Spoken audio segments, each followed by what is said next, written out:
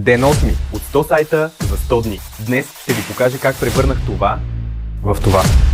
Всеки ден избирам един български онлайн магазин и показвам как бихме го подобрили с помощта на AI, UX и реален опит от WooCommerce проекти. Днешният сайт ни беше изпратен от Денис Алиев в TikTok. Днес разглеждаме denisalievart.com, креативен български артист, който впечатлява със своите уникални портрети, разпознаваем стил и смели авторски проекти. Стъпка 1.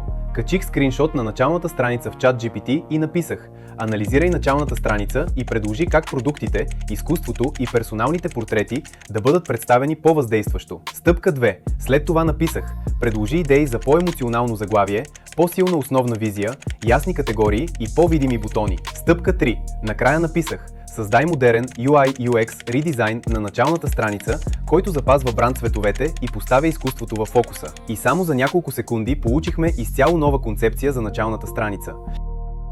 Ето и крайния резултат.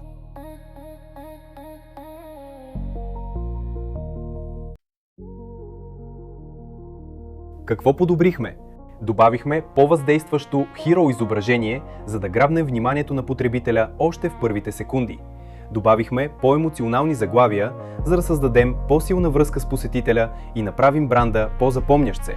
Акцентирахме върху персоналните портрети сред основните действия в хедъра, за да бъдат по-лесно забелязани. Подобрихме бутоните, за да насочват по-ясно към колекциите или поръчката на портрет. Променихме представянето на категориите, за да се разглеждат по-бързо и лесно. Добавихме видими ползи, за да изградим повече доверие преди покупка. Ако искате вашият сайт да е следващият, оставете коментар под това видео с линк към него. Моля, харесайте това видео и последвайте за още подобни видеа.